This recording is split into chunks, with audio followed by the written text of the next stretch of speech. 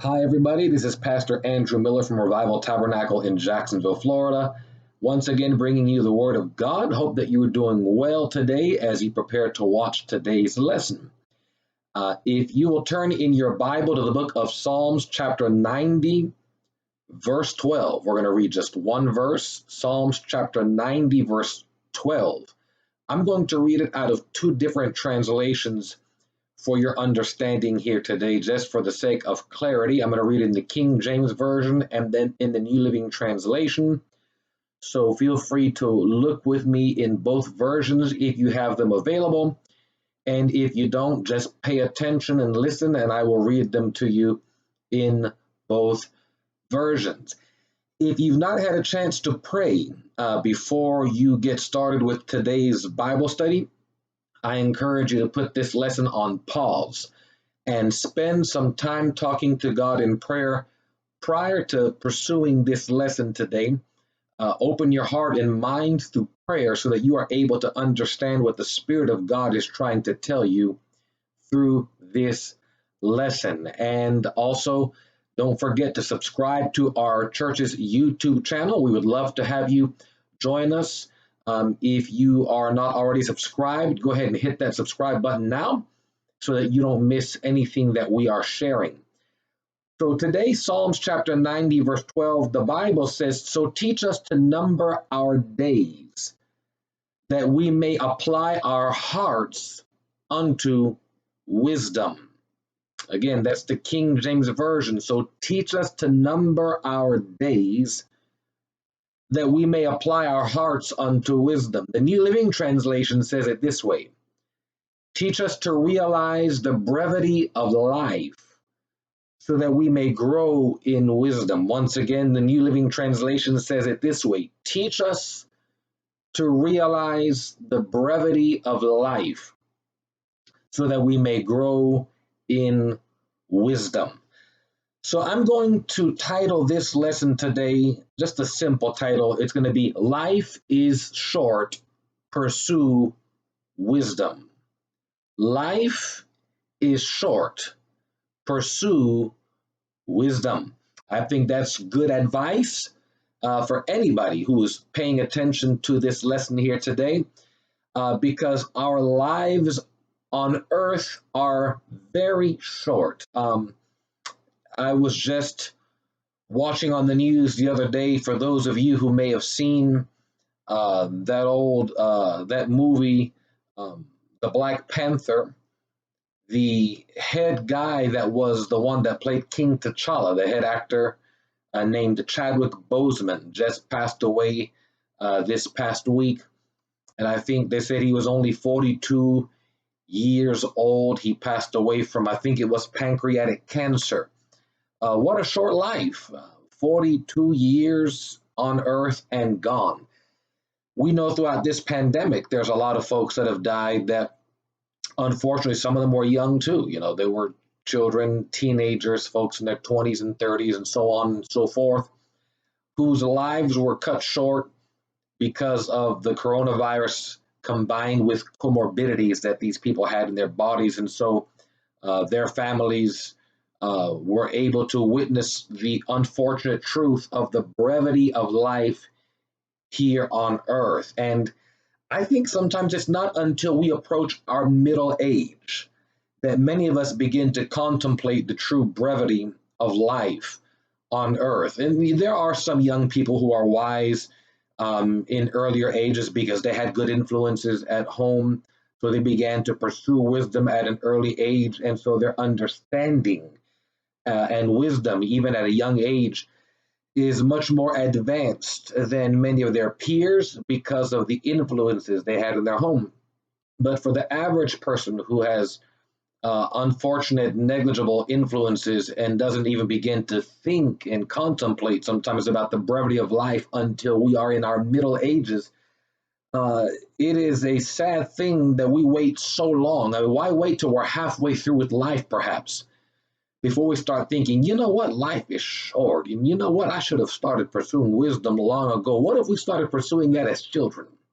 What if we taught our teenagers to pursue wisdom and that life is short?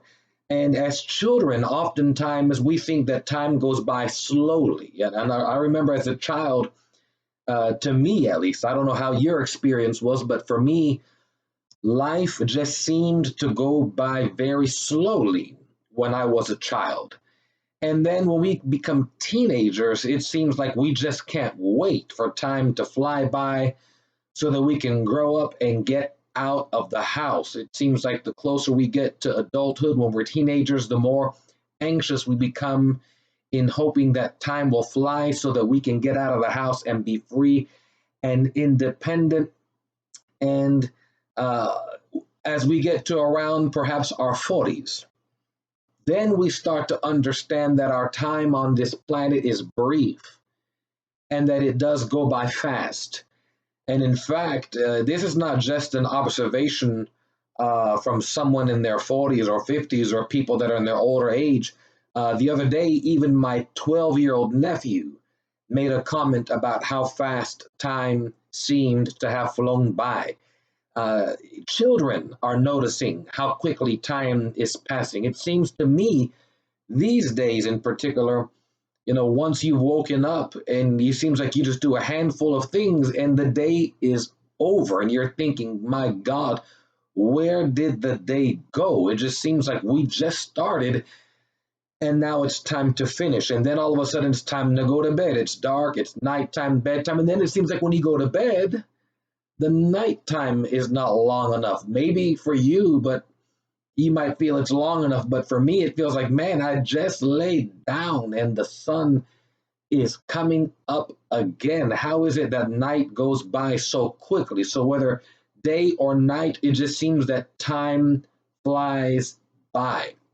In fact, we have a confirmation from the Apostle James. He said to the church in James chapter 4, verse 14 in the King James Version, whereas ye know not what shall be on the morrow, for what is your life? It is even a vapor that appeareth for a little time and then vanisheth away. And so here the apostle was confirming something that we learned back in Psalms chapter 90 in our main text, that life is brief. Life passes by quickly, and the Bible even tells us that tomorrow is not promised unto us. We only have today. The past is behind us. We can't go in the past and live the past again. We can't change the past. And so since our lives here on earth are so short, don't you think it would be a good idea that we use our time here on earth wisely? I think that wisdom is important for us to pursue, particularly because our lives on earth are so short. The first verse of Psalm chapter 90 actually tells us who authored this prayer and petition from our main text today. Because this was not just a Bible verse written to say something out of the ordinary. This was both a prayer and a petition. And what a petition, what a prayer. Imagine if you were to start praying, God, help me to pursue wisdom because I understand that my life on earth is short. Or as it says, teach us to number our days. Lord, help me to understand further the brevity of life so that it motivates me to pursue things that are worth pursuing in the short time I have here on earth. So when we begin Psalm chapter 90, it actually says, a prayer of Moses, the man of God. This wasn't David. This wasn't Asaph. This wasn't one of the other well-known writers of the Psalms. This was a prayer of Moses, the man of God. Moses understood that we'd be wise to apply our hearts to seeking wisdom during our short time on earth. And we know that King Solomon, according to the Bible, sought wisdom and it greatly benefited his life here on earth. So whether Moses, whether Solomon, and any of the others, I know like Daniel, the prophet particularly, he studied a lot. He did a lot of reading. He was known to be a very wise man. In the Old Testament, there were people like the Apostle Paul. Paul was a very learned man, a very educated man. and he was very wise. So there were very wise people in both testaments who were believers in God, and they served God. And uh, the benefit that they had from wisdom was tremendous in their brief life here on earth. But unfortunately, for many of us, we live in a society that principally promotes the entertainment of the largely uneducated masses while discouraging the seeking of wisdom as a waste of time. Look, if history has ever repeated itself, look at our modern society and compare it to ancient Rome, the dumbing down of the masses, the illiteracy of the masses, the uneducation of the masses, keep them entertained. Or like the King of France once said to Marie Antoinette, feed them cake, just keep them fat and entertained, and they'll stay out of our business of controlling the people with our power. And so our society has largely followed the ancient history of the pagans by promoting to the people of our country who largely despise, it seems like it's just people hate education. People despise learning and reading, and the biggest thing that's promoted everywhere is entertainment, entertainment, entertainment. And when you start talking about seeking wisdom and studying and learning and being educated, people get angry, people get resistant, people become despondent, people make faces and, oh, what a waste of time. I'd rather be happy than educated. And they don't realize, in fact, they try to live by that old quote that ignorance is bliss. They don't realize how much their ignorance is damaging their lives. And unfortunately, this concept of promoting a constant mentality of pursuit of entertainment is supported by so many parents all over the country who permit and tolerate their children spending more time in things that entertain them rather than things that edify them and educate them. Once again, I'm putting a lot of this blame on parents. I don't care how mad it makes you, the truth will set you free. If moms and dads did not tolerate, yes, I said you allow this, you tolerate this, you applaud it sometimes, whether you believe it or not, by saying, I'm going to allow my children to spend most of their time in things that are entertaining rather than things that are edifying and educational. You can make every excuse you want to make yourself feel good about why you allow that and why you tolerate it. It does not discount the fact that you still allow it and you still tolerate it.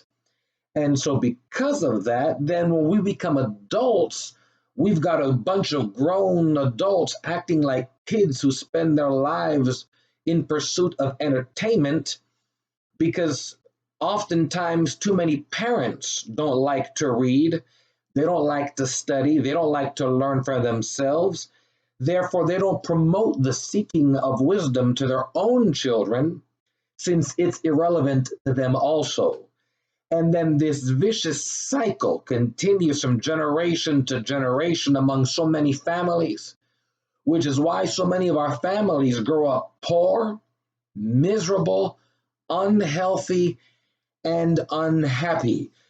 And so all we often see is adults now who they go to work, they go to their typical 9 to 5. I put my time in. Once I clock out, I'm going to go home and eat something and watch TV. And sometimes they do that at the same time, eating and watching TV for hours until it's time to go to bed and turn around and repeat the same cycle the next day because it's work and entertainment, work and entertainment. And that's life until people drop dead for a good majority of our society. No wonder from generation to generation, we see so many unhappy, poor, miserable, unhealthy people. Look, you can look anywhere in our city and you'll find that. Look across our country and you'll find that. I'm sure you don't have to look far and there's somebody you know right now, somebody you know, I know, we know, who is poor, miserable, unhealthy, and unhappy because they do not pursue wisdom. They pursue entertainment, and it has not benefited them in these areas where they really need to improve. For those of you who are watching this who are parents or guardians, I want to ask you a question. I want you to think about this question. I want you, if you need to put on pause the video after I ask this question so that you can contemplate and meditate on what I'm about to ask you and then continue with the video. Don't try to speed by this so that you don't feel conviction. Don't try to speed by this so that you don't feel like, oh, he's talking to me and I don't want to hear it. No, you need to hear what God is trying to tell you. Here's a question I want to ask. How do you promote the seeking of wisdom in your home? I've got another question to follow up, but let's ask that one first. How do you, personally speaking, how do you promote the seeking of wisdom in your home? Now, I bet some of you didn't even put this video on pause because it hurts too much to contemplate that question and because it's so uncomfortable to think, well, you know what? I don't really promote wisdom at all in my home, so I don't want to hear about it. I don't want to think about it. I don't want to talk about it. I didn't sign on to this video so that I can feel convicted about something I'm doing. I wanted to hear 3 points in the poem. Well, then you came to the wrong message today because I'm talking to you. How do you promote the seeking of wisdom in your home? In fact, look, I'll go further. This is not just for parents. If you're, let's say you're just a husband and a wife and there's no children at home, or your kids have already moved out of the house and they're grown adults and they live elsewhere. It's just the two of you living together. Maybe you're an empty nester. It doesn't mean it's time for us to stop pursuing wisdom. What example are we to our husbands or wives? So if you're a husband or a wife, how do you promote the seeking of wisdom in your home for your significant other? Now, here's the second question. Furthermore, how do you demonstrate by your example the seeking of wisdom and learning? Once again, how do you demonstrate? I didn't say by what you say, by what you intend to do, by what you tell people you're going to do next year, 10 years from now. I'm talking about how do you demonstrate right now by actions, by your example, the seeking of wisdom and learning. If our children never see us learning, studying, reading, and applying our hearts to seeking wisdom like our text today in Psalms chapter 90 says, then they will believe it's not important and most likely end up not being interested in seeking or pursuing wisdom themselves, and they'll spend their short lives on earth just working and being entertained, and then life is over. Most of the time, our children, if you think about it, they only see us go to work, and then they see us come home to be entertained by the TV till it's time to go to bed.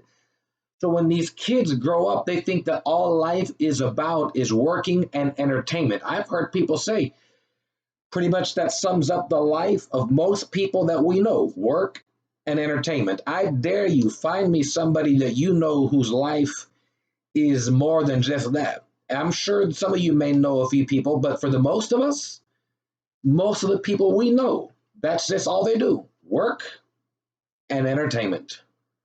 Work and entertainment. Good luck finding someone who lives a life that's a little deeper than that.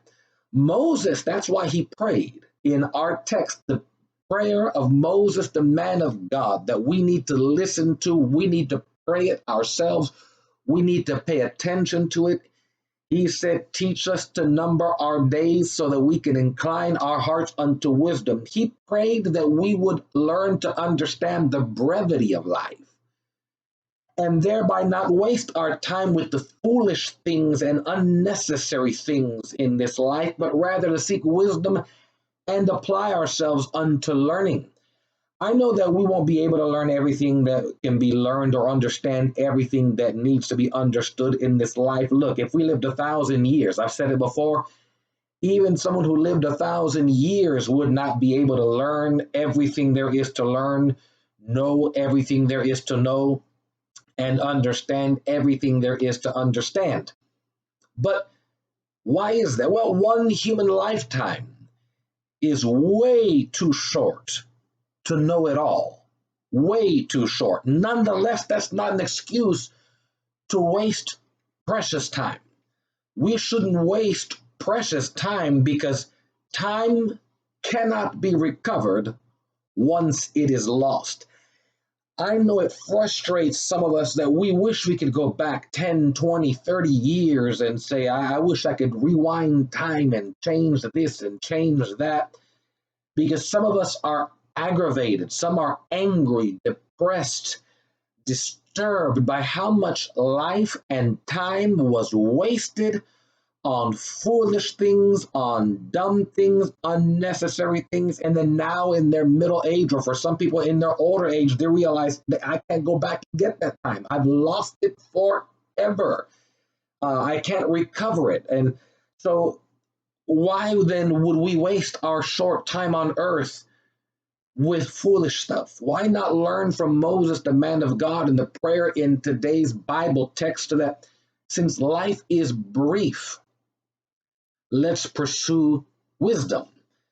Now, you might say, well, why? What's the point of pursuing wisdom? Why do I need to pursue wisdom? Why can't I just be happy being entertained? Look, there are tremendous benefits in life for people who seek wisdom. Wisdom can help to make us or help us to make the right choices in every area of our lives so that we can live healthier, happier, peaceful, and more prosperous lives. Who doesn't want to live that way? Who doesn't want to be healthier, happier, peaceful, or more prosperous? But a lack of wisdom, for those who say, well, why do I need wisdom? I'll tell you why. A lack of wisdom, which many of us have a problem with here, is by lacking wisdom in these areas, is often why we live lives that are sicklier or more sick, unhappy, more stressed, and less economically advantaged. It affects us. That's why we're sick oftentimes. That's why we're unhappy sometimes. That's why we're more stressed. That's why we're often poor or not really advantaged economically, because we lack wisdom, because we don't pursue it in these areas. We pursue entertainment, and entertainment is not making you healthier. Entertainment's not making you necessarily happier in life. It's not alleviating your stress necessarily, and it's certainly not helping you to get ahead economically. So let me give you some examples. For example, not having wisdom in relation to a healthy diet. Oh, here we go again, Pastor. You're going to talk to us about a healthy diet. Look, if you're happy being sick, keep eating the way you're eating. Don't change a thing. Don't let me stop you from destroying yourself and being sick and unhappy and lethargic and miserable all your life. I would hate to get in the way of your misery if that's the life you choose to live. But for those of you who want to pursue wisdom and live a happier life, not having wisdom in relation to a healthy diet, for example, proper portion control or eating healthy ingredients. I didn't say ingredients you thought were healthy. I'm talking about learning which ones really are healthy. Wisdom in regards to avoiding foods and ingredients that diminish our health. So when we lack wisdom in relation to a healthy diet, it contributes to a majority of the most frequent illnesses and diseases in America. It has been said, in fact, one of the former Surgeon Generals of the United States said that about 85% of the sicknesses and diseases that Americans have are lifestyle factors and choices, because we choose to eat unhealthy, we choose to not eat proper portions, we choose to eat ingredients that are damaging to our bodies. And oftentimes we make those choices not because we're thinking, oh, I hope to destroy my body, I hope to ruin my health. No, we lack wisdom. We don't know any better. And we don't know any better because we allow entertainment to fill our mind rather than edification and wisdom. And so our choices are poorly informed, thereby contributing to a good majority of the sicknesses and diseases that we have. But what if we were to get wise in these areas? We could end up making better choices in what we eat, what portions we eat, what ingredients we consume, and then help ourselves live a more healthy life. Another example, not having wisdom in regards to how to, not having wisdom in relation to proper exercising. Oh, here we go again. Yes, I'm talking to us about it because we need this as well. Not having wisdom in relation to proper exercising is why so many people are frequently sick, physically immobile, lethargic, and feeling low energy on a consistent basis. Plus, many unnecessary injuries occur in the bodies of those who ignorantly do attempt to exercise without proper knowledge of exercise protocols, which could have been learned through seeking out someone who is wise in this area before attempting to do this. This is why there are personal trainers. This is why there are videos and books written about proper training protocols for exercise, because some people say, oh, I'm going to just go out and, in my first time running, I'm going to go out and run 20 miles. And now you got shin splints. Now you broke a pinky toe bone. Now you've got cramps all over your body. Now you don't want to exercise again for the next 6 months, so you feel discouraged from injuring yourself. You could have avoided all that had you had the wisdom to know that 20 miles is not a good idea for someone who's starting out running for the first time. You might just want to try doing one and be successful at that, and then through time, increasing the amount of time or distance you spend in some sort of cardiovascular exercise, for example. So some people say, I'm gonna just go out and do something that seems instinctual, but because of a lack of wisdom, it causes physical injury, which then sets them back in relation to exercise and then causes pain, et cetera, et cetera. Think of it, it's a vicious cycle. Same thing, because we lack wisdom in proper exercising and the importance of it. Some people just choose, well, I don't need to exercise, I don't need to move, and then they wonder, why am I 40, 50, and 60 years old and I can barely move? I'm having to use a walker or crutches or a cane because I'm physically immobile, because I didn't stretch enough through life, because I didn't move enough through life. I feel tired, lethargic all the time, because I have no energy, but I spend all my time seated and sitting. Think about that. This is from a lack of wisdom in relation to proper exercising. So by learning these things and getting wisdom in these areas, we can advance our health, our energy, and therefore our happiness in life. As short as life is, you want to live healthy. As brief as life is, you don't want to be sick for the majority of your life. Try to live life as healthy as you can so that your short days on earth are healthy, full of vitality, full of life, full of happiness, and we can get that by pursuing wisdom instead of always pursuing entertainment. Another example is not having wisdom in regards to how to properly manage finances is why so many people we know live in debt. They struggle with their finances. They rarely get ahead in life financially. They're often the ones who live from paycheck to paycheck. They're constantly stressed about money. This is why you see people out there that are teaching financial literacy. People like, Dave Ramsey, Tony Robbins, people like Robert Kiyosaki. Because if we can learn to properly manage our finances, Jesus taught this in the gospel. We got to learn to be wise stewards of the finances that we have. And unfortunately, too many Christians just ignorantly blow that aside as if it's not in the Bible, because it makes them feel better about their money mismanagement, so they don't feel bad about why they're broke, busted, and disgusted in life. But if we can get some wisdom up here by pursuing, reading, studying, learning about how to properly manage finances, maybe we won't live our lives in debt all the time, struggling with our finances, rarely getting ahead financially, being stressed out, living paycheck to paycheck, always wondering how we're going to make it. This lack of wisdom often causes families to pass on this foolishness from generation to generation.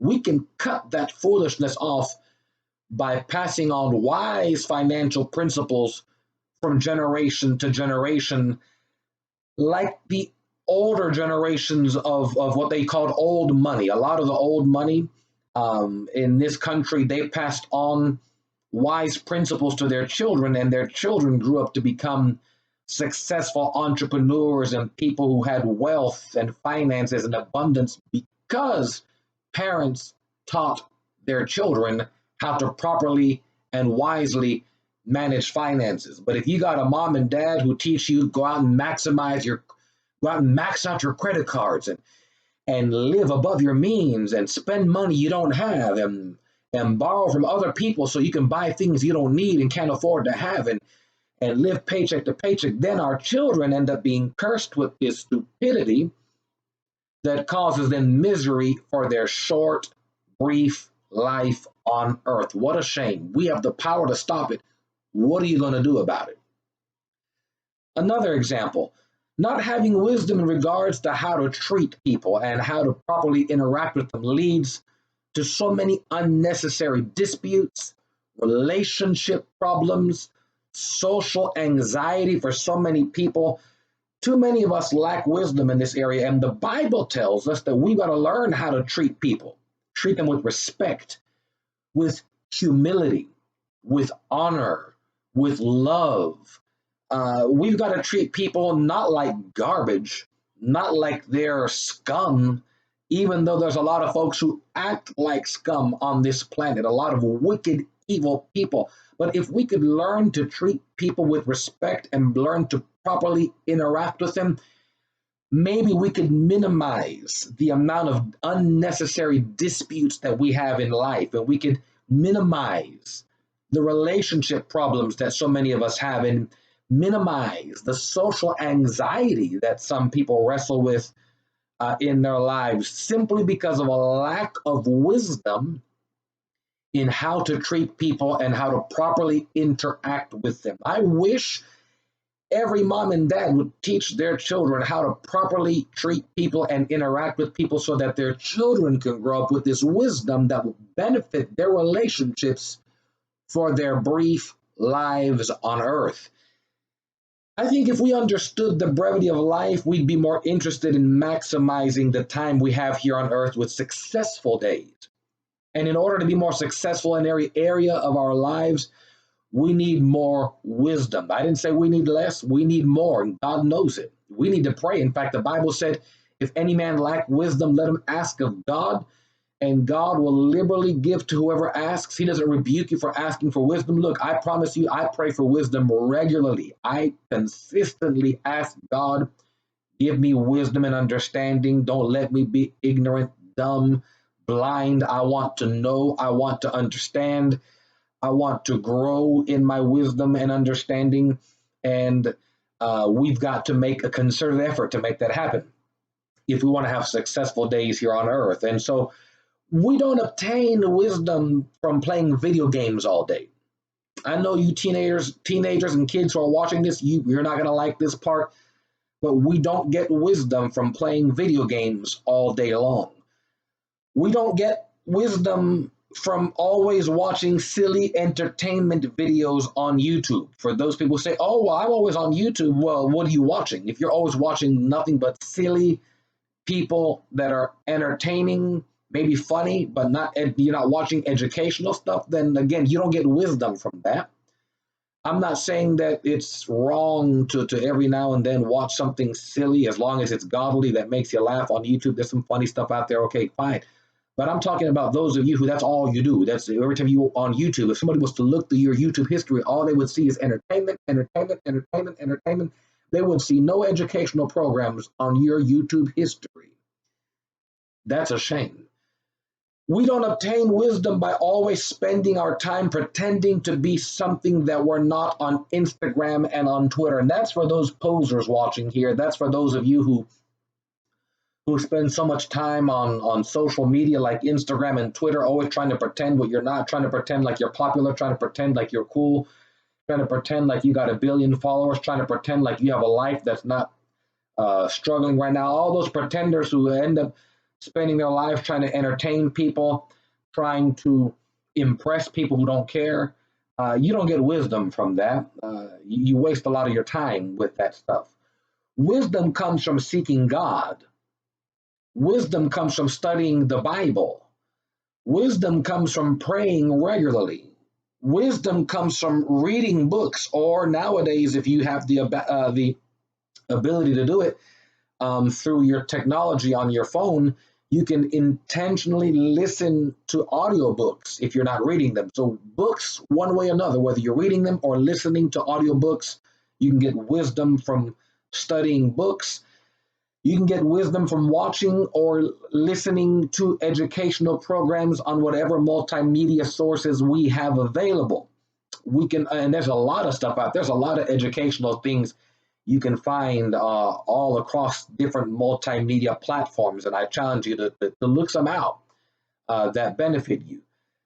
Wisdom also comes from learning to ask proper questions of people and then intently listening to their answers and then properly analyzing what was said. I think one of the biggest mistakes we make is not learning to ask proper questions of people. You know how much information is walking around out there in people's brains? That is a gold mine of wisdom. If you were simply, if you would simply start picking their brain per se, picking their mind by, and how do we do that? By asking proper questions, by not being afraid to ask proper questions, and not just asking proper questions so that you can learn valuable, wise information, but listening intently, because there are people who say, well, I ask good questions, but then you get googly eyed and you're looking that way and you're looking this way and you're not paying attention. And maybe you asked a good question, but now the person's giving you an answer and you're not even paying attention because you're so mentally distracted by God knows what that you missed out on a good answer. So if you can learn to ask proper questions and then intently listen to the answers that are given to you, and then once you've listened to the answers, don't just take what you hear at face value. Learn to properly analyze the information that was given to you when you asked a proper question. And that's how you can get out a lot of wisdom from the people that you meet anywhere, every day. Wisdom can also come from the various experiences we have in life if we'll just keep on living. Like my doctor said, and I'm almost through with this lesson here today, but one of my primary care doctors once told me, he said, look, just if you want wisdom, just keep living. And I've said that often at our church, that wisdom comes from the various experiences we have in life if we keep living. So when you're a teenager and you're a kid, kids maybe not so much, but teens, those of you who are teenagers watching this, I know you think you know everything. You've got it all figured out. Nobody can tell you anything. You've got a PhD in life, and that's what you think. But it's not true.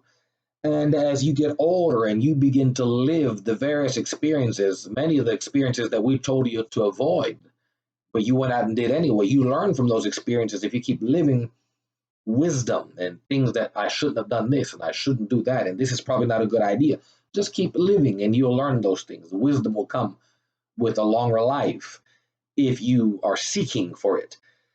In what ways? I've got some final questions before we close this lesson that I want you to consider, and I want you to don't just, again, please don't just skip past these questions so you can get ready to end the video and say, thank God he's finished teaching, I got other things to do.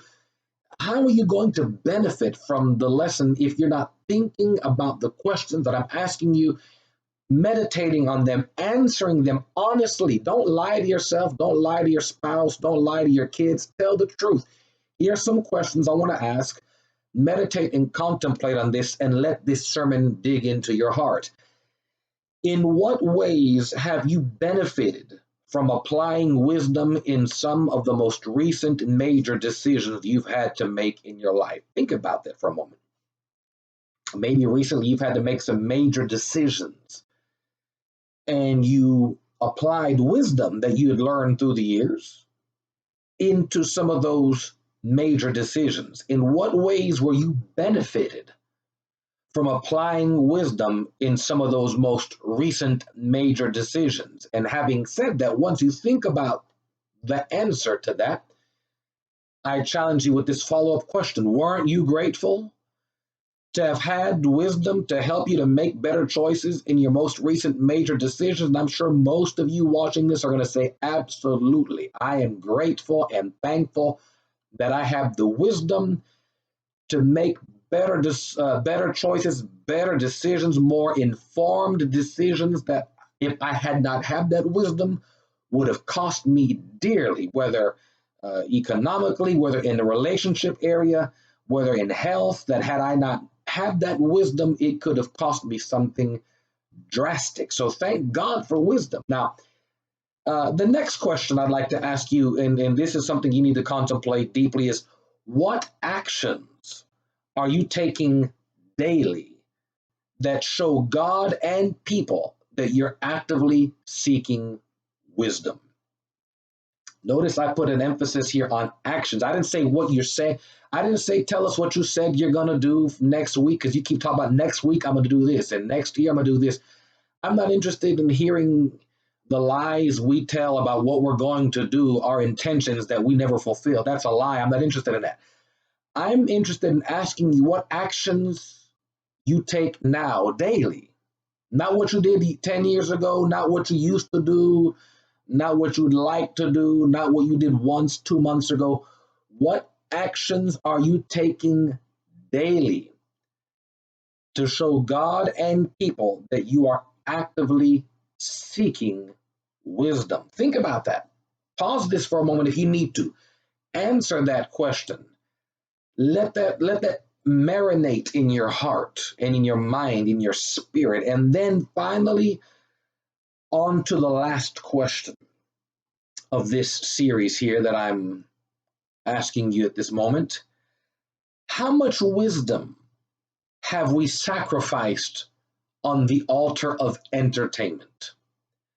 How much wisdom have we sacrificed on the altar of entertainment? God forbid we would continue to sacrifice more wisdom on the altar of entertainment. You've heard me say it several times during this lesson today that because of our pursuit of entertainment more than wisdom, so many of us have missed out on so many opportunities to grow wiser, to grow more savvy in our daily dealings, to get the wisdom that God wants us to have, and the wisdom that can be humanly obtained simply from reading and studying and learning and seeking for it. We've sacrificed a lot of that on the altar of entertainment.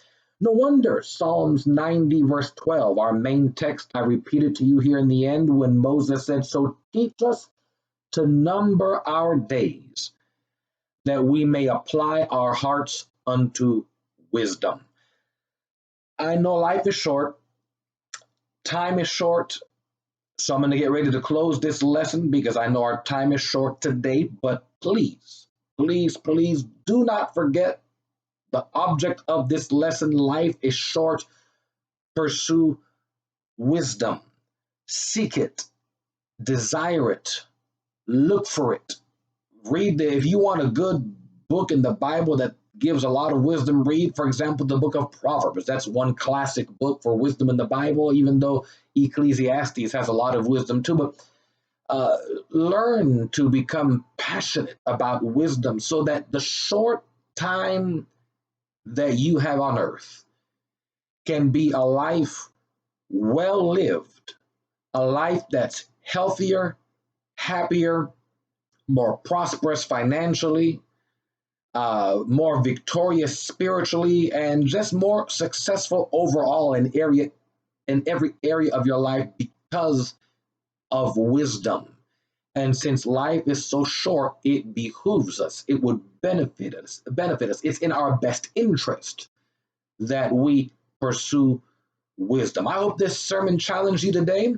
I hope that you meditated on the questions I asked. If not, go back and meditate on them, think about them, let them marinate in your mind and heart, and let's get to pursuing wisdom because time is running. God bless you. Don't forget to subscribe to our YouTube channel if you're not already subscribed. Share this video with someone who may benefit from it so that they can also be challenged and encouraged by this lesson. We'll see you next time. God bless.